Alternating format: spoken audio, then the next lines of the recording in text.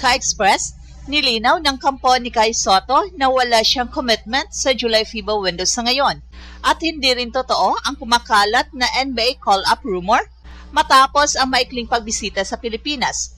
Bumalik na si Kai sa Japan para ipagpatuloy ang kanyang recovery at paglaro kasama ang Koshigaya Alphas sa Japan B-League. At ayon sa kanyang management team, ang pangunahing priority ay ang kanyang long-term health matapos ang ACL surgery. Hindi ito tungkol sa pag-preserve para sa NBA, kundi sa pag-iwas sa anumang injury risk habang hindi pa ganap ang kanyang lakas. Maraming mga fans ang nagtatanong, bakit nakakalaro sa Japan pero hindi sa Gilas? Ang sagot ay practical. Nasa Japan ang kanyang medical team, rehab program at full monitoring system. Mas kontrolado ang minutes, mas maayos ang load management, at kung sakaling may aberya, mas mabilis ang medical response. Ang ACL recovery ay sensitibo at anumang high-intensity international game ay may kaakibat na risk. Kaya mas pinili ang structured environment sa Japan B-League. At mas malaking usapin ngayon ang July window. Ayon sa kanyang kampo, wala pang malinaw na commitment si Kai para doon.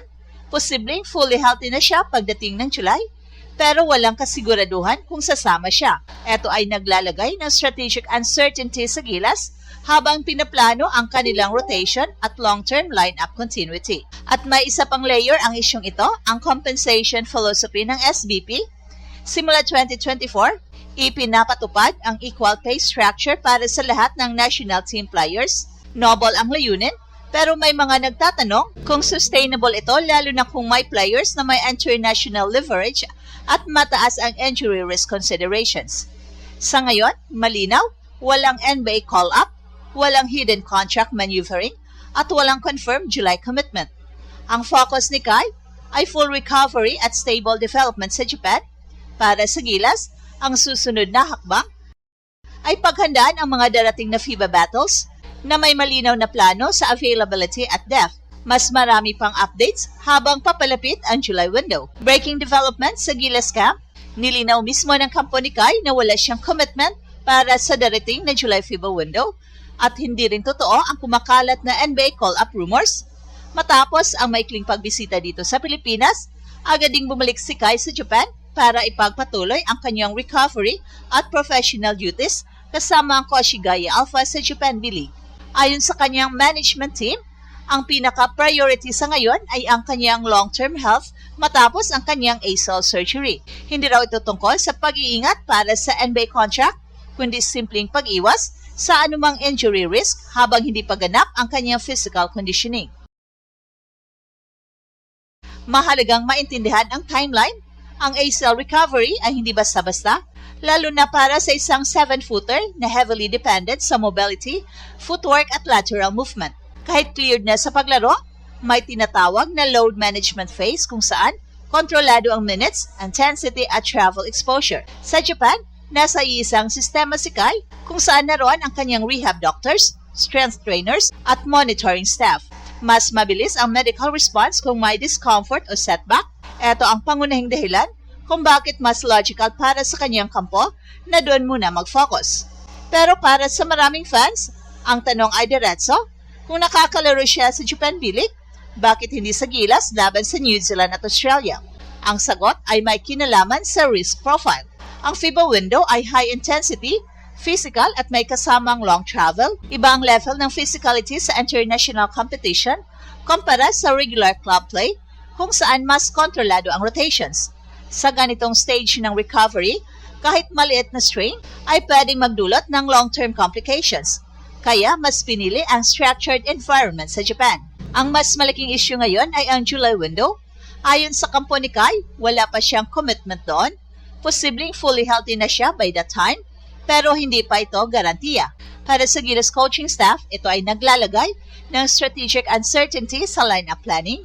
Ang roster continuity ay mahalaga sa international tournaments at kung walang malinaw na availability mula sa isang pangunahing big man, kailangang mag-adjust ang system at rotations. Dagdag pa rito, ang usapin ng compensation structure ng SBP. Simula 2024, ipinatupad ang equal pay philosophy para sa lahat ng national team players.